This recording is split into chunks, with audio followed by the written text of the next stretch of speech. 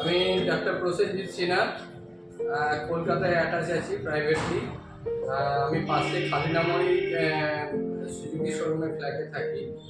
আমি এই ফ্ল্যাটটা আমার সামনেই তৈরি হচ্ছিল, কনস্ট্রাকশনটা পুরোটাই দেখলাম।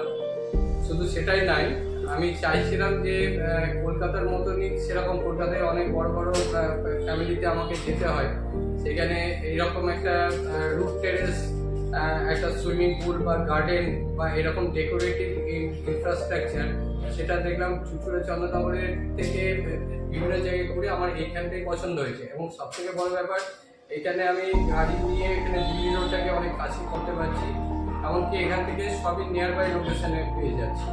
সেই জন্য সব থেকে প্রেফারটা এটাই করেছি।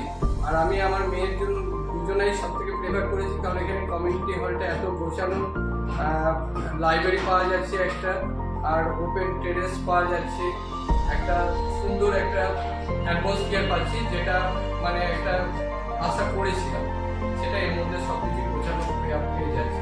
সেই জন্যই এটার প্রতি আমার একটা খুব রকমের ফ্যাসিনেশন ছিল।